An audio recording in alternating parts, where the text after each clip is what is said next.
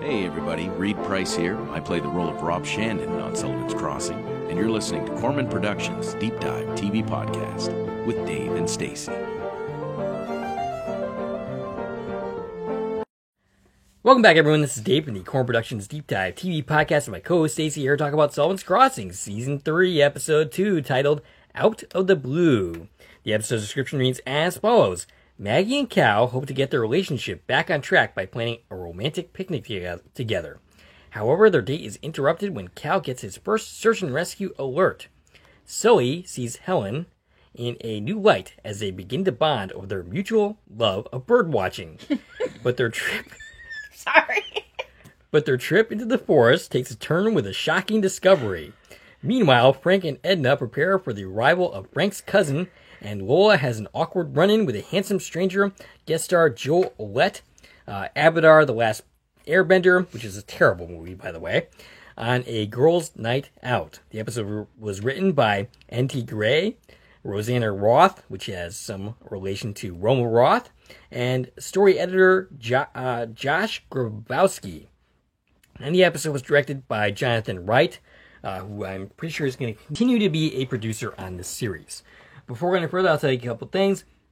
One, this is not a sport-free podcast, so if you haven't watched the episode, I highly recommend you go and check it out, and then come back and give us a listen. Secondly, if you're listening on the platforms that this podcast is now available on, please follow and feel free to check out our YouTube channel, Corman Productions, where additional content can be discovered. If you're already on our YouTube channel, please like, share, and comment, and subscribe to our channel. All right, shout-outs this week. Okay, what do we got? So, this episode just aired in the U.S. Yes. Yeah. You have shout-outs from episode 1? Yep. One for Bex Maughan. She commented on the episode 2.8. She loves our recaps. Okay. Yeah, this is actually on the Spotify part of the portion of the podcast. I don't remember what 2.8 was. It was a while ago. Yeah. Specifically. So she loves our recaps of the show, and her mom has done the standard cognitive test many times, which includes the drawing of a clock. Oh, yeah, I remember that. Yes. Okay. Yeah, okay. And what was her name? Bex Maughan. All right, well, welcome, Bex. Thanks for being here. Skylar Anderson also commented. I know I copied and pasted it in here, but it's not here. You look confused. Oh, you know why? Because I printed this before I did that. Yeah, you printed these last time we were going to record this, and then we delayed. So Skylar Anderson's basic point was that he felt that the show. I think he agreed with us on a lot of things. He did, but at the same time, he was kind of disagreeing with me in the sense that he felt that the first two seasons, felt like a complete story, and to move on from certain points from that.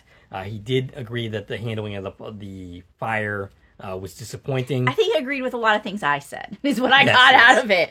As far as there was something in there about, like, agreeing basically with everything I said about Maggie and Cal. Yeah. And not wanting to see them be on again, off again, and all that. So my response to his comment about stories ending, the first two seasons feeling like a complete plot line, I'm okay with certain stories ending. I'm guessing that I just don't like the resolution to some of those stories. You want more. You want it to have a pretty bow. Right. And not just be like, never mind. Yes, exactly. Right. That's my basic problem. You want it to have a reason to exist. Yes. And the end of it to mean something and to push us somewhere else. Right? Exactly. Well said. Yeah. All right. So she's summarizing my point of view. It's what I'm here for. Yes, exactly. So that's it for shout-outs. That's actually more than I usually have. I have a shout-out. Oh, yes? Happy birthday. Yes. Happy birthday on Friday, May 16th. It was Jamie McGuire's birthday. Yes. Of course, Jamie is a smiley creature on From. Mm-hmm. And he also has appeared in background on Sullivan's Crossing, although I still haven't picked him out in any scenes. I gotta remember to go back and look for those. He's there somewhere. Look for the redhead. Who can find him? Tell us, where is Jamie McGuire? He has the $1 million smile. The $1 million smile, the red hair. He don't know what episodes he was in. So if you find them, let us all know, and I'll tell Jamie. Yes. All right, so Stacey, your thoughts on this week's episode. Okay, so we have like some romance stuff going on, right? We've got the Cal and Maggie stuff. We've got some stuff with like Lola's possibly like facing like, am I gonna have a romance in my life? Yep. We're continuing to deal with the Rafe and Lola stuff. Not Rafe and Lola, Rafe and Sydney. I still don't love what's happening with them. Can we make an episode where, they're happy for 2 seconds? Can we make an episode where they're just happy? All episode. Right. Please. Yes. Please. I mean, it's not as bad as the previous episode, but it's still... It's like... And then, of course, Sully and Helen. Yeah. We have definitely some growth there. Mm. So, yeah, there's a lot of romance stuff going on in this episode. But then, opposed to that, we have our first search and rescue for Cal Jones. And all of the dynamics surrounding that. Which I feel... And I've said this before, when this show, like, tries to sneak in all this medical stuff, it always feels kind of, like, forced. Yeah. Like, it doesn't feel like it flows nicely with the rest of the show. Because it's trying to be a different show. Right. Than the one we actually watch week in and week out. Right. Every time there's, like, a medical emergency, and it's like, Maggie's a doctor, and these people are search and rescue, and we're gonna, like, do medical stuff now. It always just feels a little like, oh, okay, we're gonna do that now. Right. Well, I mean, like yeah. Like, the show's about a campground, but suddenly we're a medical show. Right. I don't know. It feels just a little disjointed, but that's always been the case with this series for me. Every time we get one of these search and rescue scenes, they always feel a little like that's... Out of place? Out of place, yeah. Like, the show's not about search and rescue. If it was, we'd do that every week. Right.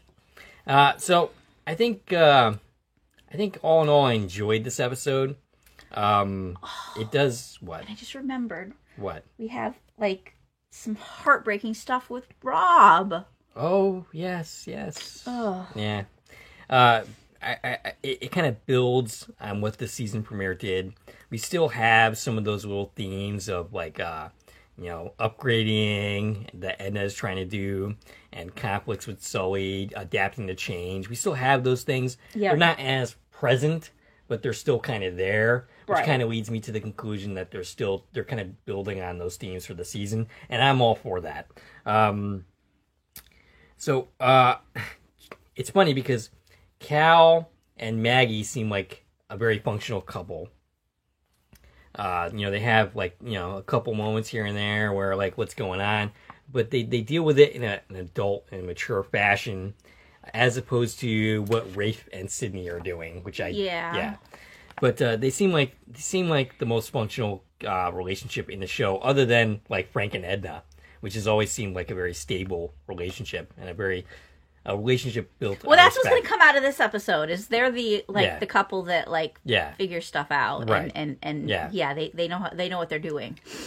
So there's some good stuff here. I'm still a little annoyed that we didn't really deal with the fire finale conclusion. Yeah, and we don't touch on that at all in this episode. No, we just kind of move on. Mm-hmm. But yeah, do we have anything else to say before diving in? Let's go for it. All right. So the episode begins. Actually, I'm going to interrupt you. Just I want to mention this. As far as, like, deleted scenes and the different cuts between Canada and the U.S., again, it was just about 2 minutes. Mm-hmm. Our screener episode was 42 minutes, and the CTV file was 44:06. Gotcha. So just over 2 minutes this week of questionable, where'd it go, what is missing footage, and I know one scene. Okay. And it's not one we would have expected. So I'll tell you I don't know where it fit in, but I'll tell you. I'll bring it up later. Okay. All right. So the episode begins with Maggie sitting on the porch with her eyes closed. Cal comes by. He's on his way to training, but he's checking in on her. Maggie is at peace with her miscarried baby. Sully calls. She said that the tree thing helped. Right. Sully calls. He's annoyed with her about the changes to the house, which includes an espresso machine instead of a coffee maker. Yeah. So Cal nopes out of there. He's not going to go deal with, like, Sully. But they agree to go to a movie tonight. They have a date. Right. So she ends up brewing Sully espresso shot. He is not impressed by the amount. No, because he wanted a coffee and she gave him an espresso. Right, which are two very different things. Not the same thing. And why is it that they can't have both? I Okay, know they so make an excuse about She the counter. put his his basic coffee maker away to put her fancy espresso machine on the counter. And for a minute, it felt like this is her teaching him something, being okay with change. Like, look, it's fine. I'm going to teach you how to use it. You can make your coffee. No. But then she makes him an espresso. Can it make regular coffee? Because teach him that. Right. In the end, it just, like, I siding with Sully, like, she just took away your coffee. Like, what the frick? Right. I mean, like, the point isn't just the espresso shot. Like, the point is he likes to sip his coffee. He has his little routine. There's no reason to mess with that. That's not helping Sully in any kind of way. That's just so I screwing went with into this scene thinking, like, oh, this is Right. good, right? Right. We got a fancy machine. We're going to teach him how to use it, and he's going to come out of it like, okay, cool. Right. But yeah, then it goes totally the opposite direction of that by the time it ends. Right, yeah. So we're at the then we have our credits. After that, we're at the outpost. Edna's made up some new shirts. Frank isn't happy to wear one, but Edna wants him to because it's marketing. Someone in this store wants one of them. Camp Customer. Yes. This is Camp Customer, played by Aaron Kinch. He was in the films Alter Ego, Flesh of My Flesh, and Winner Takes... I'm going to assume that's supposed to say all. I have A, capital L, lowercase l. All right, I'm going to go with that definitely is supposed to be all. All right, so Maggie is smiling again and mentions to Frank that it's time to spread her wings. So we're, again, building on that kind of theme from the last episode, that speech actually continues to matter into this episode. And she's much better at folding shirts than he is, by the way. Yes. Well, I mean, is that really surprising? Nah, it's not. No. So Frank's cousin is coming that night, and Edna wants to make preparations. She wants to make meatball soup, so she tells Frank to go to the store to buy ground beef. But he says he thinks the cousin already has dinner plans, but she says she's going to make the soup anyways because it tastes better the next day. Yes. So go to the store, Frank. All right, so we got to training. The new boss is not impressed with any of the volunteers other than Cal. This is Cooper. He demands Rafe's whistle to show him how it's done, and now it seemed kind of like Cooper was going to be sort of a reasonable boss guy in the last episode. Only you thought that, Dave. Okay, I guess I'm wrong, but here he's basically a super duper hard ass. I mean, am I the only one? Like, come on, there has to be. Well, you're the only one in this conversation. All right, fair enough. Yeah, so he's like, who are these people? They're terrible. And Rafe's like, they're volunteers. It's hard to get volunteers. Right, yeah. And he's like, you better find better volunteers. So Helen comes to the office, the outpost rather, and has copies of her book, which I guess she's donating to the store. Yeah, so she's leaving this giant pile of her latest book here for campers who want to read it. And that seems off. Like, she should be like, hey, can you sell my book? Right. I'll give you cut. Right, that makes sense. But she's like, it's, it's anybody who wants to read my book, it's just here. And it's like, oh, a lending library. What a great idea. Right. Maggie is apparently a fan. She ends up meeting Helen. She mentions she's not a practicing doctor any longer. All right, so I'm going to bring this up here, even though it's kind of relevant later. I understand that we have Maggie here to help run the campground. Yeah. It kind of feels wrong that we're completely abandoning the medical career. Right. Like, we've always kind of been like, oh, Timberlake needs doctors. Right. Search and Rescue needs doctors. Right. I mean, like... Be a doctor. It's a waste of Maggie to have her just run the campground. Right, like, cleaning rooms. Right, like you can do that, too. Actually use your because you're in Nova Scotia, and everybody who lives in Scotia is a superhero and wears 6 hats. So that's fine. You can do both. Right. I mean... Maybe she just picks up a few shifts at the hospital, right, and runs the crossing. And I feel like that's where we're going, right, with the stuff that happens later in the episode. Like, get accredited to work in Canada, and go help them because the hospital here sucks. Right. So go help them run it, please, or join the search and rescue so you can actually help. The other thing is, it's kind of interesting that we have like 2 characters who were like in other professions, major professions, a doctor and a lawyer, who both decided to go and do something else. Right. I'm not sure what... I think that's the point of the show, is like, hey, the simple life. Right. Yeah. Okay. But I think that's interesting, though. But in this scene, she's bonding with Helen over because Helen tells her she understands she used to be a teacher, but she quit to follow her dreams to be a writer. Right. Again, those are things you can do both. Right. And a lot of people do. There's a lot of teachers who write their books and publish. And a lot of writers have day jobs. Right. Unless, I mean, I guess they're kind of trying to tell us she's like a famous writer. Right. Like she's a writer. People know her. Right. So Sully comes in all grumpy-like, still annoyed with the changes, is annoyed with suddenly being a library. And she took the last cup of coffee. Remember, he didn't get any coffee at home. Right. Now he comes here and the coffee's empty because Helen just took the last cup. You see what you're doing to him, Maggie? Anyway, Helen brings up, and Edna's basically like, well, so make some more. Like, anyway. So Helen brings up a bunch of problems with the cabin. Sully is gruff, saying he has a bunch of other things to look at, but is chided by Edna. And Maggie, and basically he agrees to, take a look later. Yeah, the only thing that's mentioned first is the kitchen sink has a drip. So he agrees to look at it, and then she's like, here's my list of everything else. It was a wobbly desk, loose floorboards, a squeaky door, and hang up some curtains. Right. Because remember, this is kind of like a side cabin that I guess they don't rent out a lot. Gotcha. Because, they only ever have one customer at a time in cabin 12. Right. So Maggie thinks Sully and Helen are not going to get along, but Edna likes her. Rob is on the phone with the landlord about reducing his rent. Basically, the landlord for the new place. The new place that he's trying to build up. The fish restaurant, which, by the way, I talked to Reed about this. Okay. We said last week that restaurant looked familiar. We were questioning if it was the same restaurant they filmed The Sinner in. Okay. Do you recall that? Yes. Okay, so I talked to Reed about this. He said it was filmed on a location, not in a soundstage. Okay. But it was not the same restaurant from The Sinner. Okay. So, I don't know. Maybe we saw it somewhere else. I mean, maybe. Or maybe it was just a very generic fish restaurant. We do happen to watch a lot of television. We do. I know, right? So, no dice on the reducing the rent thing. Sydney says they'll find another location. Rob says losing the diner was like losing Sarah all over again. And again, we see Reed Price playing an emotional scene as Rob. I'm loving, it's gut-wrenching that Rob's going through so much, but I'm loving seeing Reed get these powerful scenes. He's not just like behind the counter serving people food. He has something happening with him, The only thing that I don't like is the fact that we are only seeing him interacting with Sydney. That's true. And not the rest of the cast. He did have a scene with Taylor Olson last week. Okay, fair enough. But no, he hasn't gone to the crossing yet. Right, yeah. We haven't seen him. Like I said, he's had chemistry with Chad. Because there's no place to do that anymore. We used to do that at the diner. Right. But he has chemistry with Chad Michael Murray, and it's they'll get there. Yeah. They'll get there.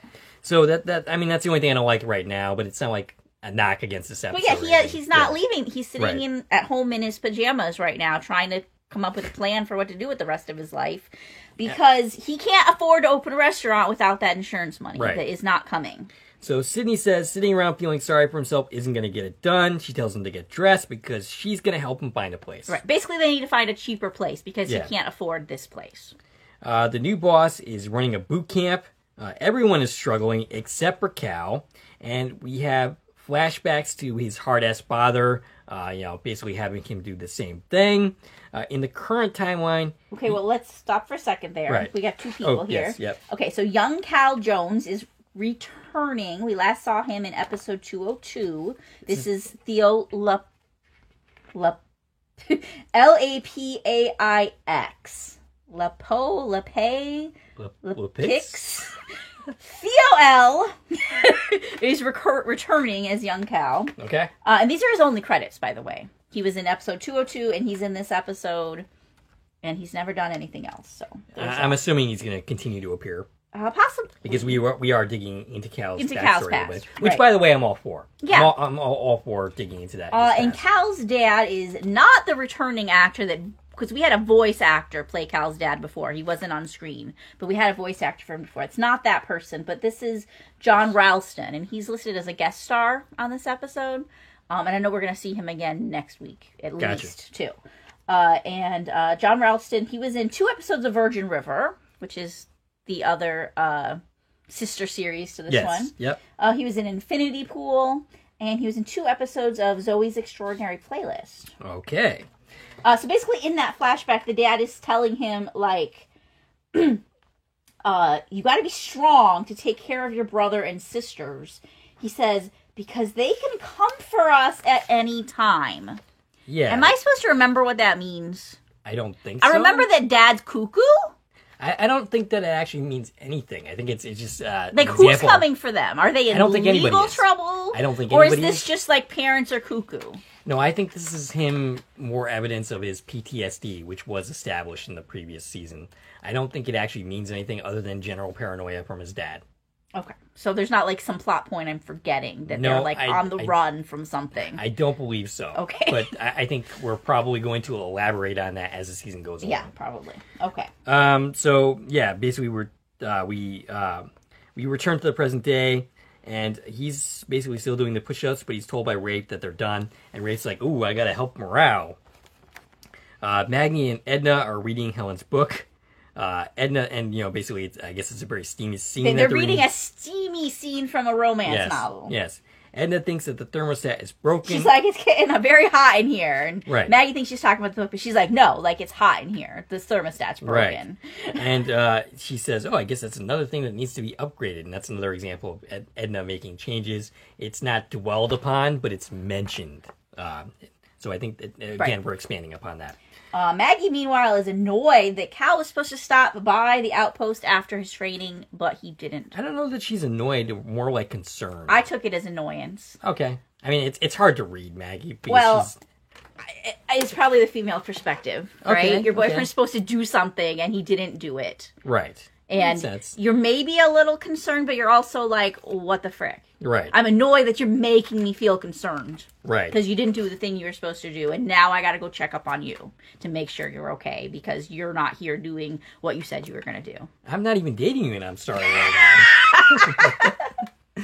All right. So, Sully is annoying Helen by hammering. She asks how he knows how to do all that stuff. She's like, can you do that quieter? Right. A bird flies in, and they start bonding over their mutual love of birds. They end up rescuing the bird, and they make a date to do some bird watching, and it seems like Sully's perspective here is changing a little bit towards her. Yeah, he tells her he used to go birding.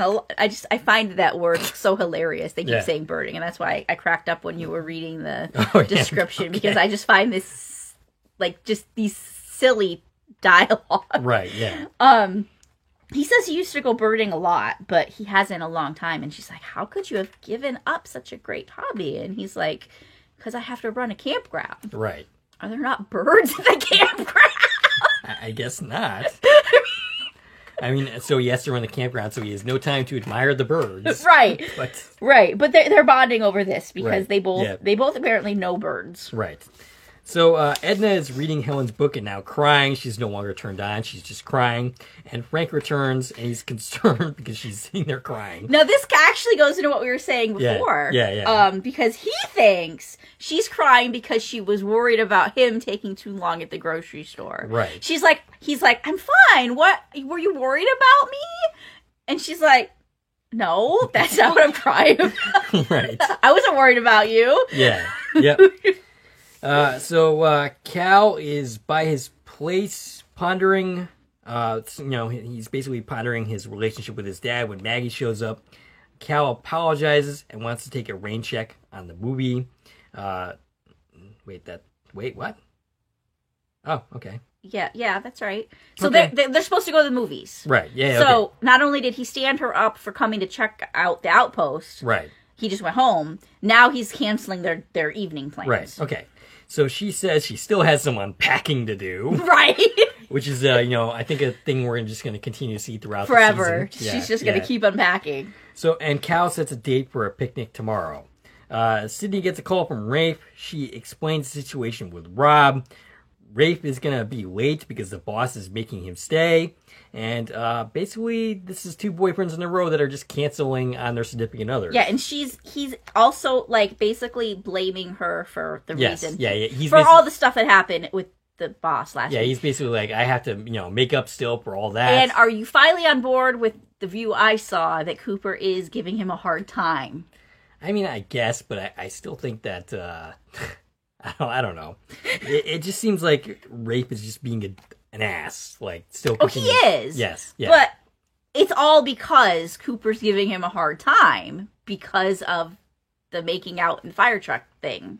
Okay, I guess. That's why he's making him work late, and it's why later he's gonna snub Rafe off. I mean, is that really the reason, or does he kind of like value Rafe and is making him work late because he is giving him more responsibility? I'm sure like it's gonna come around to that. Yeah. That like Yeah. they eventually get along. But Rafe definitely feels like he's being picked on. Gotcha. All right. So I mean, maybe he feels that way, and that's not actually the case. It's somewhat the case. Okay. All right. It's the start. It's why we're in this situation in the first place. Okay. But Sydney's pretty pissed off that he's blaming her because, again, takes two. Right. She wasn't the only one. I mean, she's the one who took her shirt off, but she wasn't the only one, like, participating. Right. All right. So I think I'd like to hear from our audience. We have a disagreement on our take on this situation. What do you guys think? What's your opinion on what's happening with Rafe and Sydney? And remember, and the Cooper stuff as well. Keep your comments about this specific episode only up to episode 302. If you've already seen 303 and 304 because you live in another part of the world, save those comments until we talked about them because we haven't seen them yet. Nope. So here in the U.S. Right. So Sydney, and then Sydney makes a phone call. Yes, she calls Maggie. And I assume this is for a girls' night out. She's like, you got any plans tonight? Yep. So she's making plans. They're going to make plans because their dude's flaked. Right. Which includes Lola for the first time this season. Yay! Played by... Lola is Amalia Williamson. And she's going to continue to be an important character in the season, I'm assuming. So they go to a bar in Halifax. And by the way, we've mentioned Halifax a few times. This is the first season we've ever done that, by the way. Right, yeah. They only ever went to Timberlake before. Right. Which I'm guessing, based on the context of this season, Timberlake's a small town. Yeah, probably. And when they need something more than that, they go into Halifax. But they never did that before. Right. In seasons 1 and 2, every time they went out, they stayed in Timberlake. Right. Lola has an internship, which is keeping her pretty busy. She brings up getting hit by a car that it gave her some perspective. Are we bringing that up for a reason? We're bringing that up, and my note says, ugh. Right. Because she's talking about how she's working with at-risk youth, and yes. This is all for the social work degree that she's working on. But she's like, yeah, the thing that happened to me when I was a kid has really been helpful with me bonding with these children. Okay, so are we bringing that up because we're going to continue to play with that story? Or I don't know. Are we just bringing it up for the sake of bringing it up? Because they're reminding us who Lola is. Yeah, okay. Like, that's her whole identity is the fact that she got hit by a car when she was a kid. Right. Something really funny happened in this scene, though. They're all talking, and they're like, hey, we haven't been out in a while. Lola, I cracked up.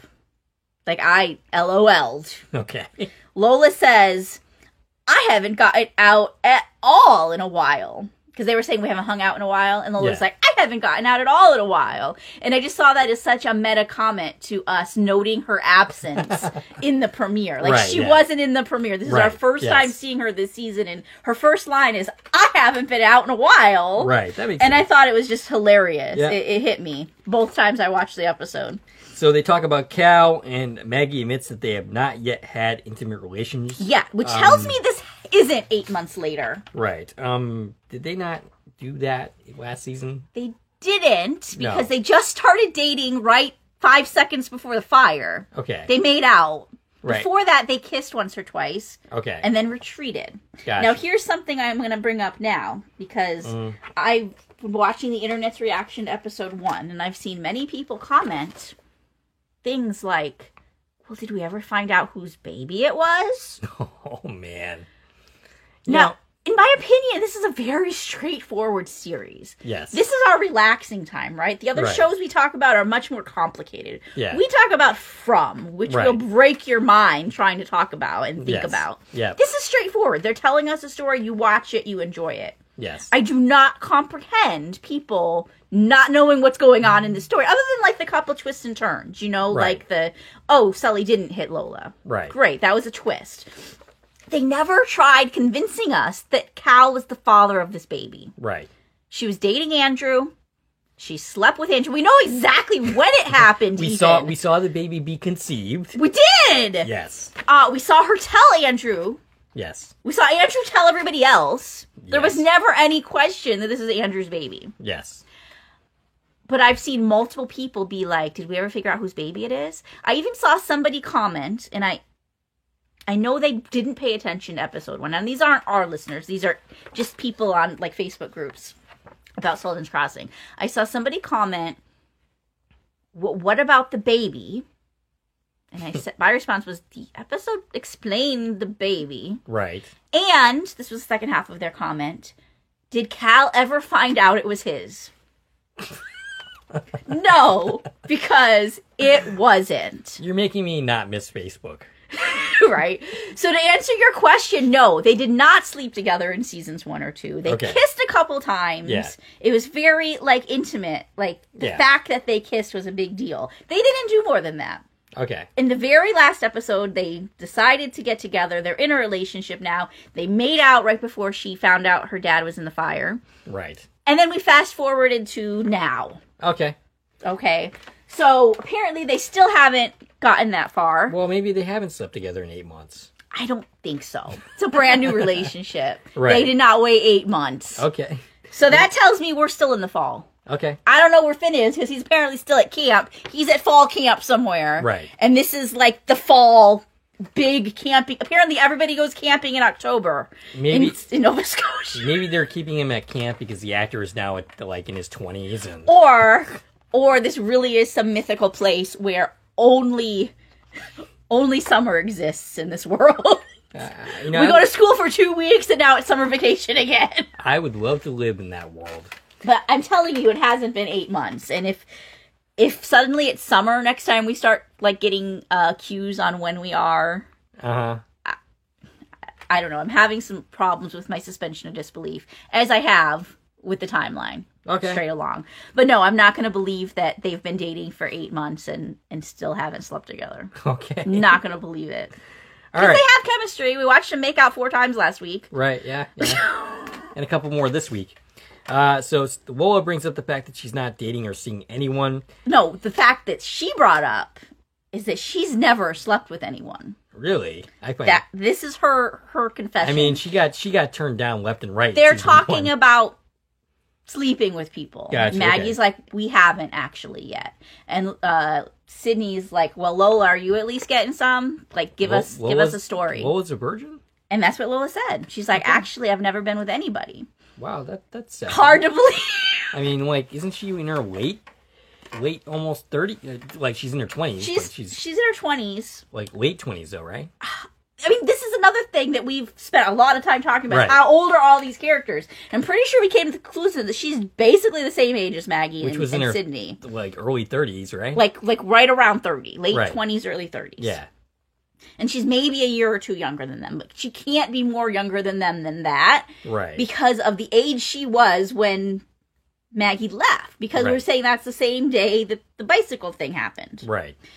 But also in the rest of this episode, in where we're going, and the characters, the men she's interacting with, they all look really young.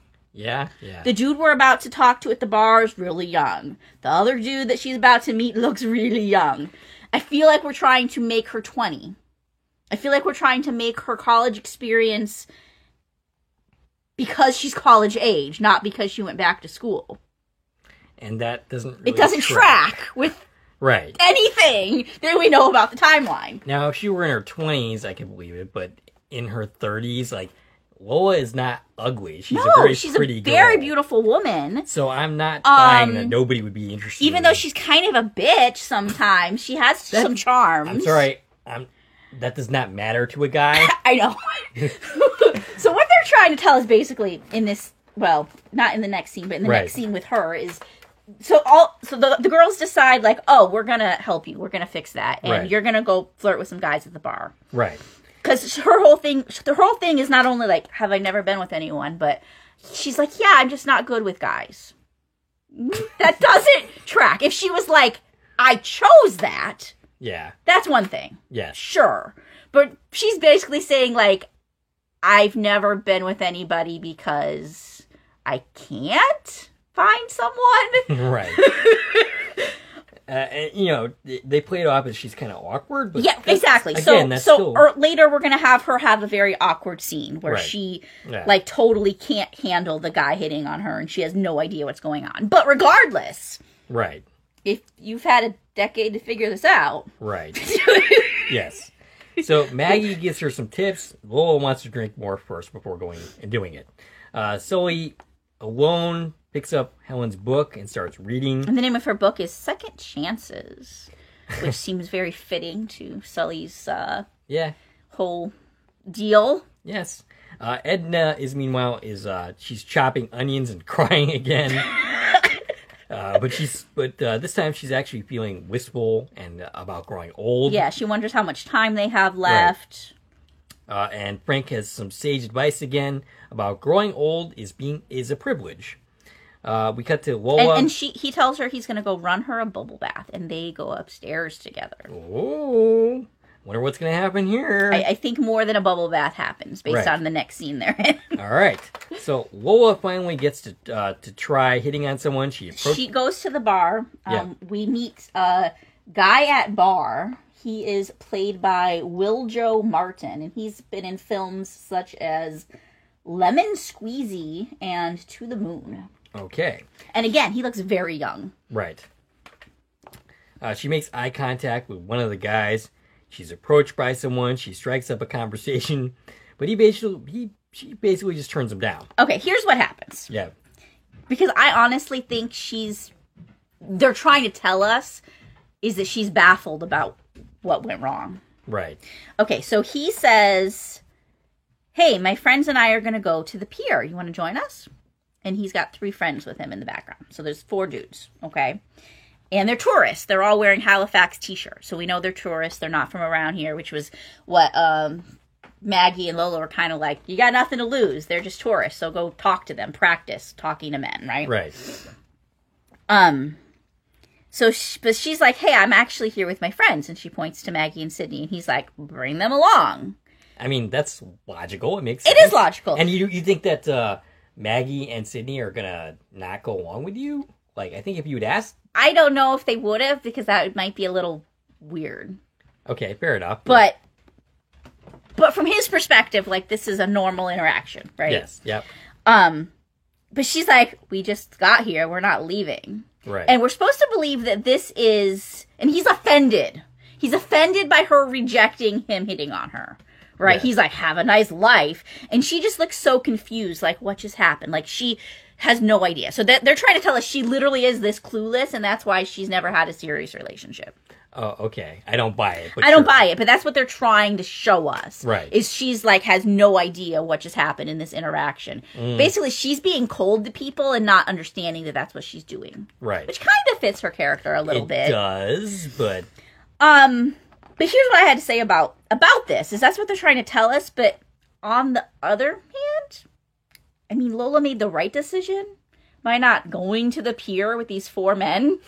Yeah. That sounds like a bad idea. Yes. Hey, I met you 5 minutes ago. Come with me and my 3 friends out to a secluded place. Right. That sounds like a bad idea. Right. And also, like, Maggie and Sydney, like, they're in relationships. Mm-hmm. Like, they might want to help her, yeah. but they're not just going to be like, yeah, let's go hang out with these 4 dudes. Like, that's a weird interaction. Right, okay. The correct thing is he should have bought her a drink. Yes. And let's talk at the bar and Right. get to know each other a little. Right. Not immediately trying to get her to leave. Okay. So she did the right thing. Yes. And also, did we, like, not learn anything from, like, the tourist douchebags in season 1? Right. Remember Yeah. them? Yes, of course. Okay, so... You're done when I say you're done. I don't feel like the whole, like, oh, Lola's just awkward thing is where this landed for me. I feel like, oh, this went well. Well, We're not exercising gonna- some common sense. Common sense, and we're not going to have some emergency situation because she is listening to her friends and just going to, like, hook up with random guys. Right. Okay. Yeah. So she ends up turning around. She's very upset by the whole encounter. Right. So she ends up turning around and accidentally pouring a drink on another dude. and she runs off, but he seems enamored by her, which, again, you don't have to be, like, super great. The situation... Yeah. Okay, so she's trying to clean the... She spilled red wine on him. That's what she's drinking, red wine. She spills it on him. She's trying to clean it off of him. Mm-hmm. And she ends up touching some places. Okay. I don't know if you picked up on that, but that's what happened. She's trying, and then she's like, "Oh my god, did I just do that?" She's embarrassed. Right. But she runs back to the table, and the girls are just laughing hysterically, right? Because they're loving that she just had such an awkward encounter with these two men, right? Sydney and Rafe, and the girls are like, "At least you'll never have to see him again." Oh yes, I mean, should we talk about who he is later or now? Might as well bring it up now, because if you've watched the episode, and you should have, then you're not going to be spoiled. So go ahead. So this is the character of Jacob. Right. Jacob is played by Joel Olette. He was in, like you had mentioned already, Avatar: The Last Airbender. He was in 2 episodes of Nancy Drew. And he was a contestant on 4 episodes of The Amazing Race Canada. Okay. And Jacob is... Frank and Edna's cousin? Frank's cousin. Cousin, yeah. Yeah, the one who already had dinner plans. Right. But we don't know that yet. Right. You don't know that yet in Nope. the episode. Nope.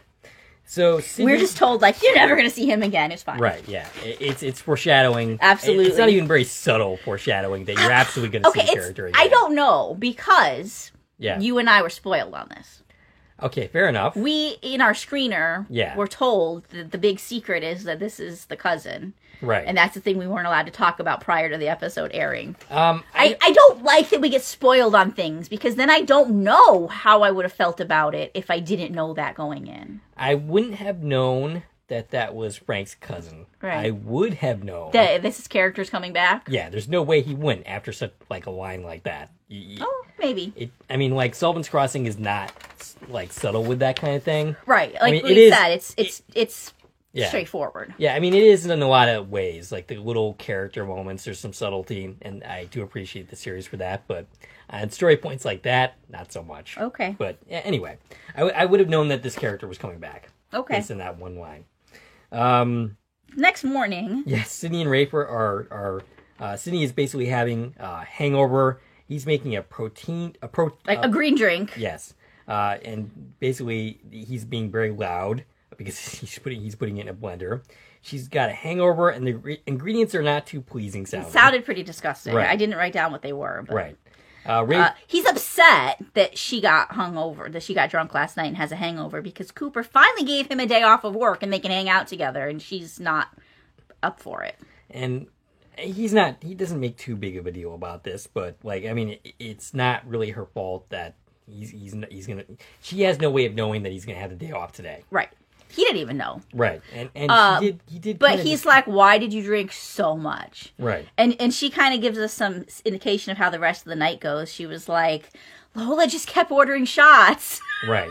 It's kind of played, once again, it's kind of played like Lola is much younger than them. And right. They're trying to keep up with the young puppy. Exactly. But again, that's not... It doesn't fit the story that we've been told about Lola. Right.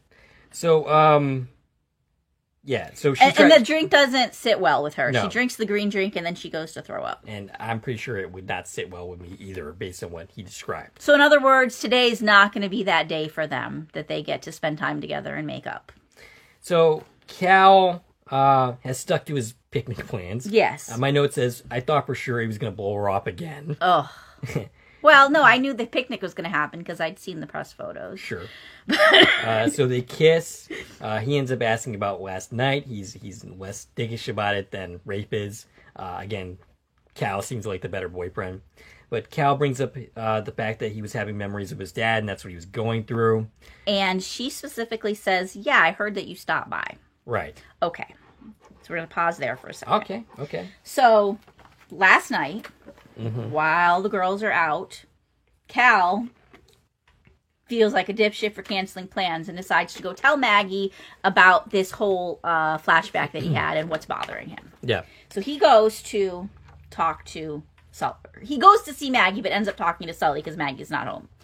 That's what we're being told right now in this picnic scene. He's telling her, yeah, I stopped by. There was a scene for that. Ah. And I know this because, do you know how CTV posts reels? Yes. Like, after the episodes air, they'll post reels. Not full scenes, but, like, 20, 40-second clips of scenes on Facebook and social media. Okay. Like, after the episode airs, right? So you'll get little bits of the episodes. Mm-hmm. And so I'm seeing, like, after the episode aired in Canada, I'm seeing those clips. And I'd already watched the episode, right? Because of screeners. And then I saw a scene. And I said, what is this from? And it was just like a day after it aired in Canada. So it wasn't like episode 3, I don't think. I mean, I guess it could have been. But it was the same time they're releasing scenes from episode 2.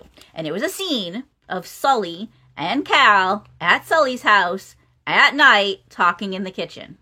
Interesting. So you actually got to see the scene. I got to see like a little clip of a scene. I don't think it was a full scene. And it was, okay, so I'm going to try to remember what happened in the scene. Because if you're not in the U.S., you've probably saw this scene. But this scene was absent from the CW's version. So we always are like, oh, it's going to be a Rob or a Sydney or a Rafe scene. No, this is a Sully and Cal scene that was cut. Wow. So basically, Cal was telling Sully how he was having a hard time with some things. Sully asks Cal, and this comes back to something you said earlier, do you ever think about, like, opening a law practice here? Right. He brings up the fact that Cal's a lawyer, and Cal's like, I don't think I want to do that. Well, what are you going to do? I have no idea. And then Sully was like, Sully was like, I always talk to my dad. And Cal's like, well, I don't have that kind of relationship with my dad. So we're hinting more towards that. And then Sully was like, well, you can always talk to me if you need a sounding board. And Cal's like, I really appreciate that. And the heading for this clip was basically that Cal's part of the family now. That Sully's treating him like a dad. That's a bad cut. Right. Yeah. I understand it's all, like, repetitive information, but it was bonding between these two characters. Yeah. I think that was a bad scene to cut. I think we definitely... It fits in with, Cal's problem in this episode. We can get, more of the relationship between Sully and Cal, which is always good. Yeah, I think they should have kept that scene. Yeah. I don't know what we would cut. This type of thing makes me go, what have we not seen in the first 2 seasons? Right, yeah. Because there's a lot. And if it's 2 minutes an episode, we're up to 40 minutes we haven't seen of footage. Right. And, that goes to, those cuts probably could have solved some of our problems that we had with episodes. Right. Yeah, easily. That was definitely a scene that I wish they had kept in. For sure. So where the heck am I in my notes? So they're at the picnic. Okay. And so Cal's explaining to her why he canceled. And, this goes to what I was saying earlier, is that this is a very functional relationship. Cal's having a problem. He's canceled on her. She kind of gives him the space. Yeah. And then he comes forward and explains exactly why he did that.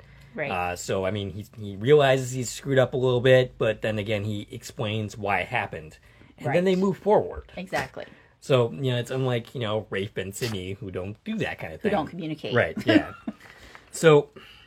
but no sooner do they get started with their picnic, yeah. His phone goes off. For search and rescue. Search and rescue. It's his first call. Yeah. And he's like, I don't have to go, because he feels bad, He's going to cancel on her again. She's like, it's your first call. You have to go. Right, yeah, And she's going to go, too, and try and be helpful. So they head there. So Frank and Edna, she thanks him for last night. Yeah, they're being lovey-dovey. This is where I said I definitely think more than a bubble bath happened. Frank goes to check the thermostat when Helen arrives and tells Edna that Sully is taking her birding. And Helen's basically like, I'm as surprised as anyone. Helen suggests that Edna's problem might actually be menopause. Yeah, so once he adjusted the thermostat, she said it's too cold in here now. And Helen's like, it's fine in here. Right. Maybe you're having a hot flash. Right. And Edna seems completely like, that can't be. Right. Talking about how old people are. How old is Edna supposed to be? No idea. I feel like she's supposed to be significantly younger than Frank. That tracks. Because he, I was about to say graduated.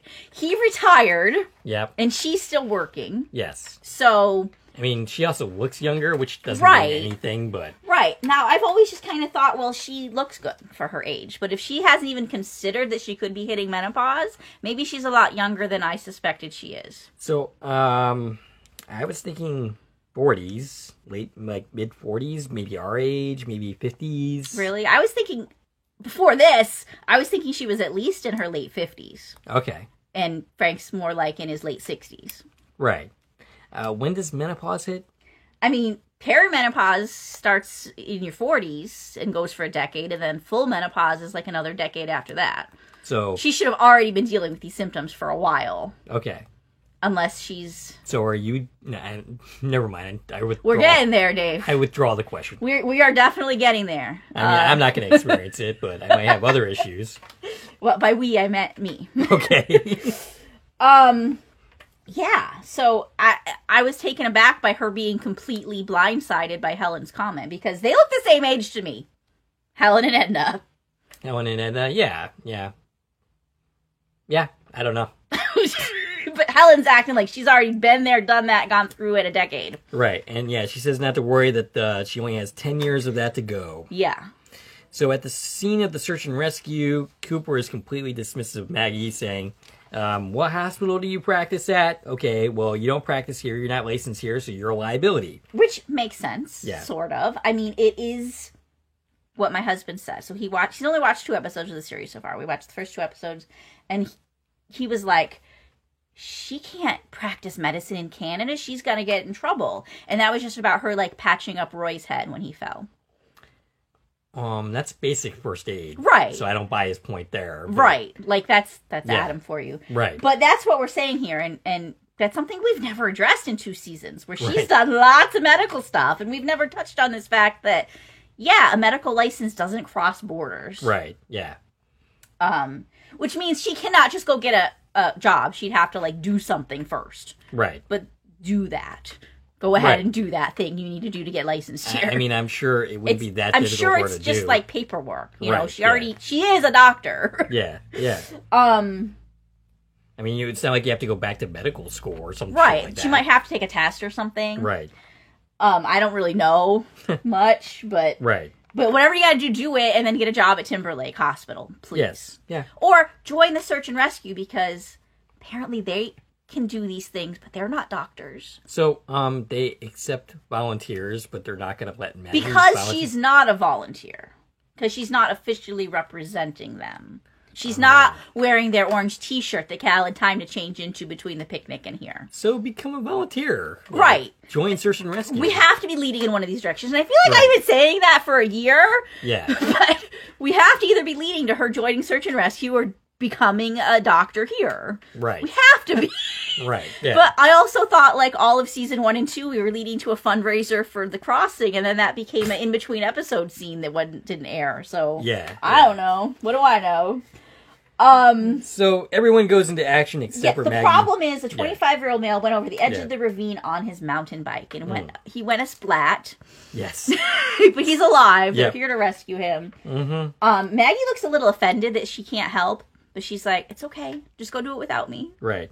And this is where I feel like maybe this is telling her to, like, do what you need to do your shit and do the things here. Right. Hopefully. Hopefully that's what this is. So Cal goes down into the ravine. He's rappelling down. He almost goes too fast, but then hits the brake. He goes down the cliff and manages to get the guy out of the ravine, who has a broken leg. And he does this with Rafe's and I think Cooper's help. I'm pretty sure he's down there with them. Yep, it's Rafe, Cooper, and Cal, and he does all the things a doctor would do. He's checking his vitals, and he tells him his leg is broken. I mean, I guess that survival training really, Right. really helps. But, like, you know, doctor stuff. Right, yeah. Because, you know, okay, so Jeff is the dude, the victim. He's played by Max Taylor. Yep. I couldn't ID him on IMDb. He wasn't listed on the episode. Mm. He was in the credits of the screener, so I knew his name, but he wasn't listed on IMDb. And you couldn't find him? It was a name that there were like 6 of them. Oh, Max gotcha. Taylor, so Yeah. I wasn't sure who he Okay. was. Also, somewhere presumably in this scene, we have Giorgio S&R. Okay. So I'm assuming that's somebody. Yeah. But I didn't pick up on another person that talked. He's played by Alec Cranston. Maybe it was a deleted scene. Alec was in one episode of Mr. D and 2 episodes of 22 Minutes. All right. So Helen and Sully go birding. But wait. Oh, The thing that happened at the resolution of the rescue scene yes. is Cooper says, me and Cal are going to carry him up. And he's like, Rafe, you get the bicycle. Oh, okay. Did you miss all that? I did miss that. Because you're so trained that this isn't what's happening. It's happening, Dave. Okay. He tells Rafe, you get to carry the bicycle up, and me and Cal are going to rescue the dude. All right. And Rafe's looking at him like, I'm already holding the dude. Right. And Cooper's like, get the bicycle. Okay, I missed that. Rafe is being punished. All right. Not to mention there's like 12 other search and rescue people just right over there. None of them are helping. I don't know. Right. So, yeah, I guess you're right. I guess you're right that he is being punished for the whole being caught He thing. definitely is. Okay. And you're oblivious. And you sold me. All right. Okay, now you can move on to Sully and Helen. Yeah, so they're birding. They talk. I don't know what it is about that word. It sounds like it's code for something else. I don't know. All right. Helen has no kids of her own, but she raised her sister's kids. Sully brings up... Her niece, yes. That's what I meant to say. Sully brings up Lola, and then they spot some birds and laugh together. Yeah, so they have something in common. Right. They both raised kids that were not their own. Right. And Cal and Maggie return, and, basically, Sully didn't really raise Maggie. I mean, he did for a little while until she went away, but then he wasn't really involved in her upbringing for the rest of the time that she was a kid. No, but he had Lola. Yeah. So, I mean, that's another thing is where he basically didn't have his own kid, kind of. It's not the same situation. I think they were more talking about raising kids that weren't yours. Okay. So, I guess that's a little too convoluted. But, okay, so Cal and Maggie return to the house. Cal is hyped up. He says he's sorry about Cooper. Maggie claims to be cool with it. They start heavy kissing.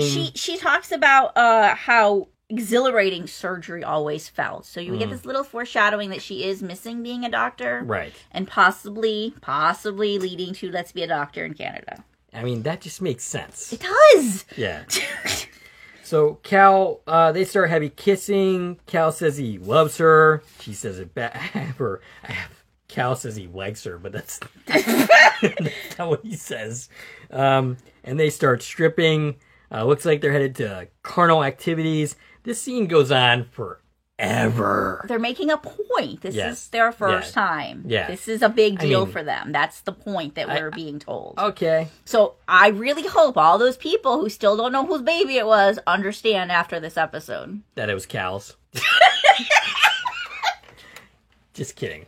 Anyway, Sully with Helen, he admits to reading one of her books. He suggests it wasn't half bad. He suggests his deck for a quiet place to work. And then he stumbles upon the luxury resort's coming soon sign, and he's not happy. Yeah, it kind of ruined the mood a little bit, I think. They also talk about where the property line ends. Right. He was like, my property line ends right there, and oh look, an inch after that is this sign. Nice. Lola at the outpost talks to Edna. And she brings out Jacob. Lola spilled a drink on him. Exactly. I got it. And she leaves awkwardly because remember we're supposed to be told that her entire identity now that her entire identity is not getting hit by a car. Now her entire identity apparently is she's awkward with men. Gotcha. That's what we got. Right. So Cal in Maggie's bed. Cal gets a call from his mother with bad news. We soon learn that this is about his dad. He has prostate cancer, and she wants him to come home, and that is where the episode ends. And, part of Skylar Anderson's point was that he wanted, like, a new story for Cal and Maggie and not, like, have them break up. And I think that's what we're doing here. Yeah. We're basically exploring Cal's family life in the past, what his relationship to his father is now. Right. I'm all for it. And yes. Are we going to see Sedona again? Yes, that would be good. Megan Ori, I want her to come back. Yeah, so better name. We're gonna explore a little bit of Cal's family life and so on and so forth, and Maggie's gonna be involved with that. And right. So it's gonna be a new dynamic for them. Yeah, we got some good story going on there. Yeah. I think. Now I have one question about Lola in this scene. She when Edna... The prior scene, you yeah, mean? like the last scene. Not with, Cal and anyway. No, the last scene that Lola was in. Yeah. Edna had told her that, because she's looking for Sully. That's why she's here. And Edna had told her that she took a guest bird watching. Edna was so confused about that. And she goes, that doesn't sound like Sully at all.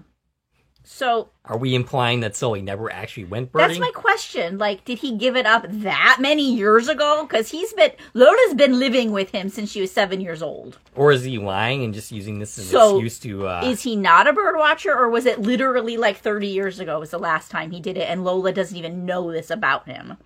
Yeah, that's interesting. Right? I guess, I mean, I can't imagine that's going to be a continuing plot point. No, I just felt like she doesn't know that he likes birds. Maybe he keeps it to himself. He does do that a lot. It's Sully we're talking about. He doesn't want to admit to liking to watching birds. Yeah, so he gave it up because, it's not hard work, and only hard work is allowed. Right, yes. I don't know. It also could be just an excuse to hang out with Helen. I mean, sure it is, but they're basing it on, like, this shared, like, thing that he appears to know what he's talking about. I mean, yeah. So is it Lola being oblivious and, like, literally knowing nothing about this man who she claims is the most important person in her life? That would fit the character that we saw in the previous 2 seasons. So I wouldn't be surprised. I mean, like, do you always know those kind of details about your parents or your surrogate parents? I feel like you would when you live on a frickin' campground. All right, fair enough. Yeah, I don't know. But... yeah, so that's the episode. I think we're, putting some pieces together. We're building some stuff here. Yeah. And hopefully, I think we're going to... I'm really rooting for some positive things to start happening for Rafe and Sydney and Rob. And you know what? If you're not going to show at least a scene of Sydney and Rafe being happy, then just break them up and don't deal with it But anymore. not if they're ever going to get back together again. Right. If they break up, it needs to be for good. Yes. Because just like, same thing. I don't want to see on again, off again. We did that. Yes. Been there, done that with them. Yep. So, yeah. I think we're going in some good directions. So, yeah, we're building romances. Yeah. We know Cal and Maggie are strong. Yep. We're kind of rocky with Rafe and Sydney. We got to figure out where that's going. But definitely looks like Sully has a new love interest. Yep. We're leaning to Lola might. Yes. Which we always wanted somebody for her. Yeah. Because we didn't want it to be Cal. Because remember, that was a Well, thing. I mean, at one point you were wishing her on Andrew, so that's Yeah. Yeah. Because, like, I didn't want either of them with Cal or Maggie. Okay. And I was terrified it was going to be Rob. Yeah. Sydney and Rob. I mean, not that would definitely be a bad couple. But Rob and Lola, I don't think so. I was worried about it for a minute there, though. Yeah. I was. Okay. And, it was all like he needs somebody, and she, was trying to get over Cal. Yeah. There was a minute there I was worried about that. All right. Speaking of which, is Jane going to come back into the picture? That'd be interesting. I mean, what's going on with Rob's life other than being sad that he doesn't have a restaurant? Yeah, it was fine for these 2 episodes for him to just be sitting around dealing with that. But we need something more. We need some Rob story. Yeah. We need more Reed Price in our life. Exactly. Yeah. I mean, that is one of the reasons why That's we're watching the reason we started the show. So Yeah. let's pick it up a little bit with Rob's story. Before... I mean, we don't love what's happening with Sydney, but she's been getting more story. Yes. Rob doesn't have much happening. Right. Other than talking to Sydney, like you said. So, before concluding, I just want to bring this up. We're not really sure if we're going to get screeners for episodes going forward. Yeah, because we don't have episode 3 yet. I'm literally going to check my email while we're talking so that I don't put my foot in my mouth. No news. Yeah, Nothing. we don't know that the CW provides season-long right. We're screeners. getting the insinuation that they only do beginning of the season and end of the season because that's what it looked like with other series they had listed. So, so we're gonna try to see if we can figure that out. But if not, going forward, we would have to not post until Friday nights instead of Wednesday nights. So if we get screeners going forward, we'll continue to drop it right after the episode airs. If we don't, we will be changing our schedule to air on Fridays instead. Right, of which doesn't Wednesdays. seem like that big of a difference. No, but it's a big difference for us. Yeah. Anyways. Yeah.